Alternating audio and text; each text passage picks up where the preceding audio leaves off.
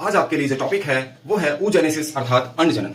इससे पहले जो आप लोगों ने जो टॉपिक पढ़ा कल, उसका नाम था स्पर्मेटोजेनेसिस अर्थात शुक्रजनन, शुक्राणुओं का निर्माण। उसमें आप लोगों ने देखा, देखिए दोनों ही प्रोसेस में, स्पर्मेटोजेनेसिस में और oogenesis में, दोनों ही प्रोसेसेस में जो ओवम बनते हैं वो जर्मिनल एपिथेलियम सेल्स के विभाजन से ही बनते हैं। देखिए इसमें भी ऐसा ही हो रहा है।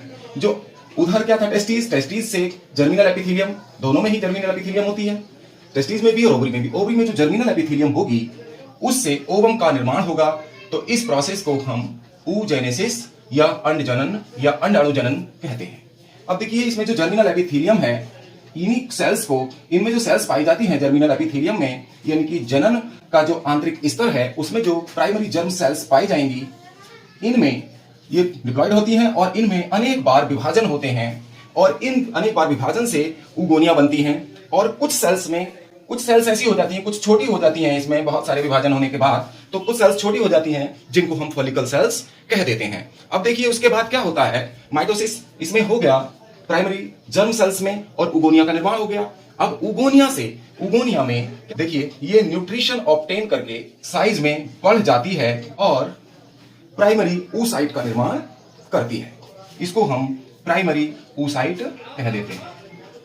प्राइमरी oocyte, जो प्राइमरी oocyte है ये ओवम की मदर सेल है, ओवम की मात्र कोशिका होती है। इसमें पहला डिवीजन होगा, इसमें म्योटिक डिवीजन होता है। डिवीजन होने के फलस्वरूप दो प्रकार की कोशिकाएं इसमें बनती है और फर्स्ट म्योटिक यानी अर्धसूत्री विभाजन होगा तो ये दो भागों में बढ़ जाती है।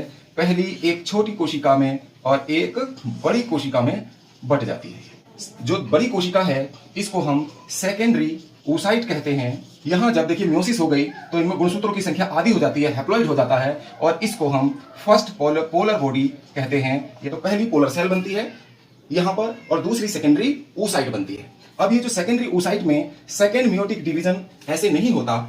इसमें सेकेंड म्योटिक डिवीजन तब होता है जब ये सेल कहां चली जाती है, ओविडक्ट में, अंडवाहिनी अर्थात ओविडक्ट, या इसको हम फैलोपियन ट्यूब कहते हैं। सेकेंडरी जो oocyte है, अंडजन कोशा है, अंडाणु बनाने वाली जो मदर सेल है, ठीक है, तो ये तब इसमें सेकंड म्योटिक डिवीजन होगा जब ये ओविडक्ट में अर्थात फैलोपियन ट्यूब में पहुंच जाती है। सेकंड पोलर बॉडी कहेंगे।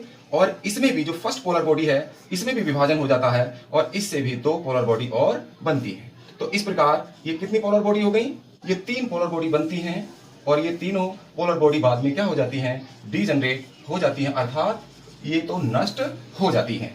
और इस प्रकार जो ओविडक्ट के अंदर मैच्योर ओवम बनता है, इसको हम एक परिपक्व अंडाणु कहते हैं, मैच्योर ओवम कहते हैं।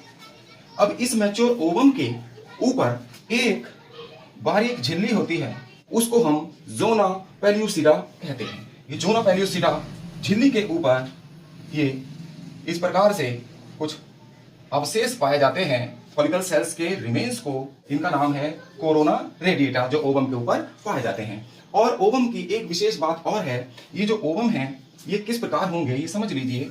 ओवम जो होता है वो कैसा होता है, माइक्रोलेसिथल, माइक्रोलेसिथल अर्थात अल्प पीत की, आइसोलेसिथल कह देते हैं, आइसोलेसिथल अर्थात समपीत की। स्पर्मेटोजेनेसिस की तरह oogenesis में देखिए एक तो ये जो प्राइमरी जर्म सेल्स है उससे अनेक बार विभाजन होते हैं और अनेक बार विभाजन होके यहाँ उगोनिया बन रही हैं और स्पर्म का जब निर्माण हुआ था उसमें स्पर्मेटोगोनिया बन रही थी। तो ये फेज जो है, देखिए एक समानता ये है, इस फेज को हम मल्टीप्लिकेशन फेज यानी कि गुणन अवस्था कह देते हैं, मल्टीप्लिकेशन फेज। तो ये अवस्था इधर भी है यानी oogenesis में भी पाई जाती है और स्पर्मेटोजेनेसिस में भी देखने को मिलती है। उसके बाद यहाँ इससे उगोनिया से न्यूट्रिशन प्राप्त करके क्या बन रहा है, न्यूट्रिशन लेकर प्राइमरी oocyte बन रही है और इस अवस्था को जहां oocyte का निर्माण हो रहा है तो इस फेज को हम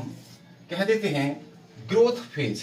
तो ये दोनों में पाई जाती है, ये ग्रोथ फेज है, ग्रोथ अवस्था है। तो पहली अवस्था, दूसरी अवस्था ग्रोथ फेज हो गई, पहली मल्टीप्लिकेशन हो गई, दूसरी ग्रोथ फेज हो गई जहां पे वृद्धि हो रही है, प्राइमरी oocyte का निर्माण हो रहा है और उधर प्राइमरी स्पर्मेटोसाइट का निर्माण हो रहा था। आप लोगों ने देखा होगा स्पर्मेटोजेनेसिस में जब हमने पढ़ाया, तो ये दोनों अवस्था इसमें भी हैं उधर भी हैं। और तीसरी अवस्था है डिवीजन फेज या मैचुरेशन फेज, यानी कि यहाँ पर ये तीसरी जो अवस्था जो बची इसको हम मैचुरेशन फेज, परिपक्वन अवस्था कहेंगे।